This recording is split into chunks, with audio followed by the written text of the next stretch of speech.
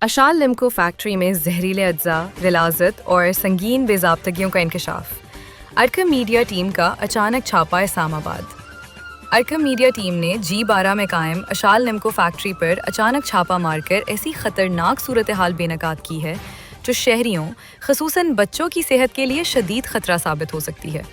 چھاپا Arqam media کے senior reporter Rana Faisal اور ان کی ٹیم نے مارا۔ فیکٹری کے اندر بنی فوٹیج میں دیکھا گیا کہ نمکو کی تیاری کے لیے سفید ڈرموں میں بھرا کھلا، بدبودار اور بار بار استعمال شدہ تیل استعمال کیا جا رہا تھا۔ تلائی کے باعث اس کھلے تیل کا رنگ موبیل آئل کی طرح مکمل طور پر کالا ہو چکا تھا۔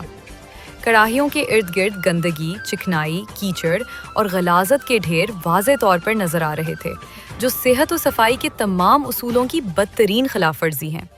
چھاپے کے دوران کھلے ڈبوں میں موجود غیر معیاری، بغیر لیبل اور مشکوک فوڈ کلر بھی برآمد ہوا، جس کے بارے میں خدشہ ظاہر کیا جا رہا ہے کہ یہ ممکنہ طور پر کپڑوں میں استعمال ہونے والا کلر ہو سکتا ہے۔ مزید آگے بڑھنے پر فیکٹری میں بھینسوں کی خوراک پاؤڈر کے تھیلے بھی موجود پائے گئے۔ عملے نے اسے امانت قرار دیا، لیکن حالات نے واضح ظاہر کیا کہ یہ مواد نمکو کی تیاری میں استعمال ہو رہا ہے۔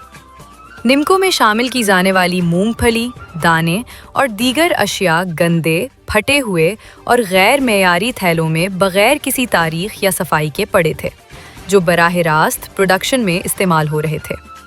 مزید سنگین اور شرمناک صورتحال یہ ہے کہ فیکٹری کی حالت زار چھاپے کے دوران فیکٹری کی عمارت اور ماحول کی حالت مزید سنگین نکلی۔ دیواروں، چھتوں اور دروازوں کا رنگ جگہ جگہ سے اکھرا ہوا تھا، جو صفائی اور فوڈ سیفٹی کے اصولوں کے خلاف ہے۔ کھڑکیوں، دروازوں اور روشن دانوں پر کسی قسم کی نیٹ یا جالی موجود نہیں تھی، جس سے مکھیاں، کیڑے اور مکھیوں کا فیکٹری کے اندر آنا معمول کی بات تھی، اور تلائی کے دوران نمکو میں شامل ہونے کے خطرات واضح تھے۔ فیکٹری کے باہر موجود صحن مکمل طور پر کچا تھا۔ عملہ بار بار اسی کچے صحن سے گزر کر اندر آ رہا تھا، جس کے باعث ان کے جوتوں کے ساتھ مٹی، گندگی اور باہر موجود مرغیوں کا فضلہ فیکٹری کے اندر منتقل ہو رہا تھا، جو حفظان صحت کے اصولوں کی کھلی خلاف ورزی ہے۔